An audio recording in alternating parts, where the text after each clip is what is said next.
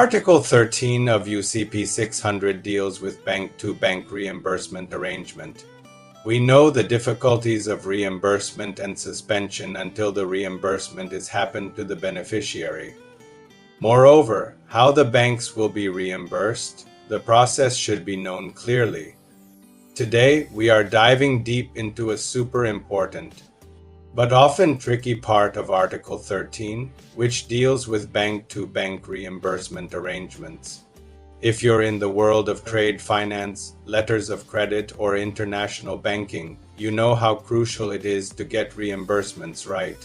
So let us sit attentive with a notebook to understand and follow up of the important analysis of this article so that we can apply them accurately where the article applies. First of all, let us understand what is the big deal with Article 13. Well, when a bank, say the issuing bank, authorizes another bank, the nominated bank, to honor or negotiate a credit, it also needs to provide a way for that nominated bank to get its money back. This process is called reimbursement. Article 13 sets the rules for how this should happen, especially when a third bank, the reimbursing bank, gets involved. Let's start with sub-Article 13. It says that if a credit states that reimbursement will be obtained by a nominated bank claiming on a separate bank, known as the reimbursing bank, then the credit must state if the reimbursement is subject to the ICC uniform rules for bank-to-bank reimbursements. The URR 725, this is a big one. Think of the URR 725 as the detailed instruction manual for reimbursements. If the credit says it's subject to the URR, then everyone involved must know exactly what rules to follow. If it doesn't say that, then things can get a bit more complicated, which we'll see in a moment. So let's imagine a scenario. A buyer in Germany gets an LC issued by a German bank. The seller is in Vietnam, and their bank, a Vietnamese bank, is the nominated bank. The LC states that the Vietnamese bank, after paying the seller, can claim reimbursement from a bank in New York. This New York bank is our reimbursing bank. If the LC explicitly states this reimbursement is subject to URR 725, then the New York bank and the Vietnamese bank must follow the URR 725 rules for the claim process. This creates certainty and a standardized procedure. Under this sub-Article 13, nominated bank is called claiming bank, and the bank on which the claim is made is called the reimbursing bank. Now, what if the credit doesn't mention the URR 725? That's where sub-Article 13 comes into play. It lays out the responsibilities of the issuing bank. Let's break down its key points. If a credit does not state that reimbursement is subject to the ICC rules for a bank-to-bank reimbursements URR 725, first, the issuing bank must provide the reimbursing bank with a reimbursement authorization that is separate from the credit itself. This authorization must conform to the availability stated in the credit and should not be the subject of an expiry. This means you can't have an LC that is available by negotiation but an authorization that only allows for side payment. They have to match. Why separate? It's to ensure the reimbursing bank has a clear, independent instruction, free from the complexities of the main LC. Imagine our German issuing bank sends the LC to the Vietnamese bank. At the same time, it must send a separate SWIFT message, like an MT 740, to the New York reimbursing bank. This message authorizes the bank in New York to honor claims from the Vietnamese bank up to the LC amount. Second, the issuing bank must reimburse the reimbursing bank for any claims it has honored. This is fundamental. The issuing bank is ultimately responsible for the money. If the New York bank pays the Vietnamese bank, the German bank has to make the New York bank as the full amount it has paid. It's a guarantee.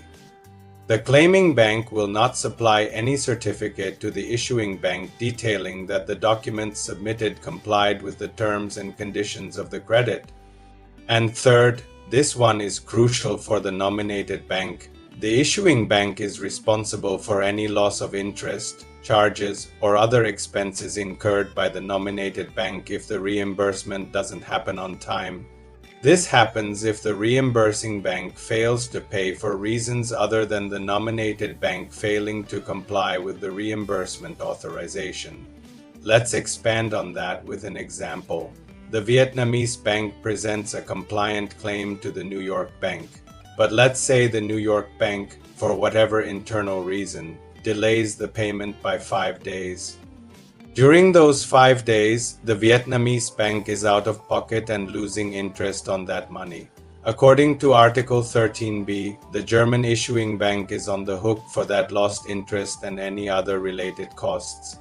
This protects the nominated bank and places the ultimate responsibility squarely on the issuing bank, which chose the reimbursing bank in the first place.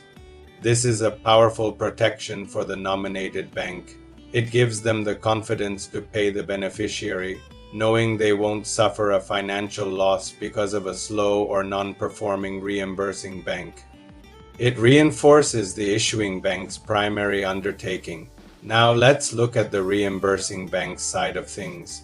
The reimbursement authorization sent by the issuing bank should state the fees. It can say the fees are for the beneficiary or for the issuing bank.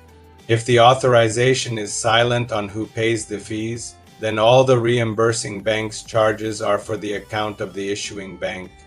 This is a default rule to prevent ambiguity. It is a good practice for issuing banks to always be clear about this to avoid disputes later. So, if our German bank MT 742, the New York bank doesn't mention who pays the fees, the New York bank will deduct its charges from the reimbursement it makes, and the German bank has to cover that shortfall. Let us examine Sub-Article 13c. Sub-Article 13c addresses a critical point. An issuing bank is not relieved of its obligations under Sub-Article 13b just because the reimbursing bank fails to pay. This is a direct follow-up to what we just discussed. Let us say the New York reimbursing bank goes insolvent overnight and cannot pay the Vietnamese bank's claim. Does the Vietnamese bank just lose its money? Absolutely not. The choice of the reimbursing bank is the issuing bank's responsibility. Therefore, the risk associated with that choice also lies with the issuing bank. This is a cornerstone of the letter of credit system. The nominated bank is acting on the instructions of the issuing bank, and it must be protected from the failure of other parties that it had no role in selecting. So, to recap the flow. 1. German bank, the issuing bank issues an LC. 2. The LC nominates a Vietnamese bank and specifies a New York bank for reimbursement. 3. German bank sends a separate reimbursement authorization to the New York bank. 4. Vietnamese bank pays the seller or the beneficiary upon presentation of compliant documents. 5. Vietnamese bank then sends a reimbursement claim to the New York bank. 6. New York bank pays the Vietnamese bank. 7. If the New York bank fails to pay for any reason, the German bank is still obligated to pay the Vietnamese bank, including any interest lost due to the delay. This is the autonomy of Sub-Article 7c again. This structure ensures the system is robust. It gives the nominated bank the security it needs to act. Without these protections in Article 13, nominated banks would be hesitant to honor or negotiate credits, which would slow down or even halt international trade. Let's think about the practical implications for a moment. If you are a nominated bank and you receive a credit with a bank-to-bank reimbursement clause, the first thing you should check is whether it's subject to URR 725.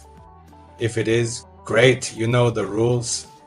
If not, you rely on the protections of UCP 600 Article 13b and c.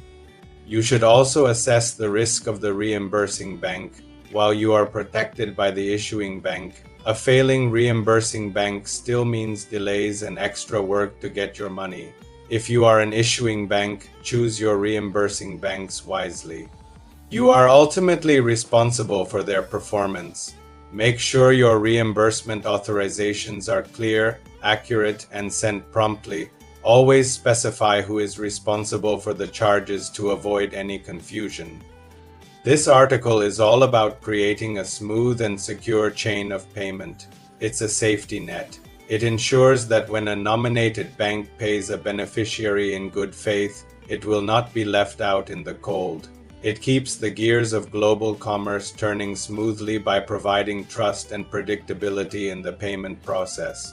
And that's a detailed walkthrough of UCP 600 Article 13. It might seem complex at first, but when you break it down, it is a logical system designed to protect the parties involved and ensure the integrity of the letter of credit. It is all about placing responsibility where it belongs and making sure everyone plays by a clear set of rules. I hope this explanation was helpful and made Article 13 a bit clearer for you. It's a vital piece of the puzzle in trade finance. If you have any questions or want to share your own experiences with reimbursement arrangements, please drop a comment below. I love hearing from you all. Thanks so much for watching. If you found this video valuable, please hit that like button, subscribe to the channel, and turn on notifications so you do not miss my next topic into the world of trade finance. See you in the next video. Until then, remain safe and be curious.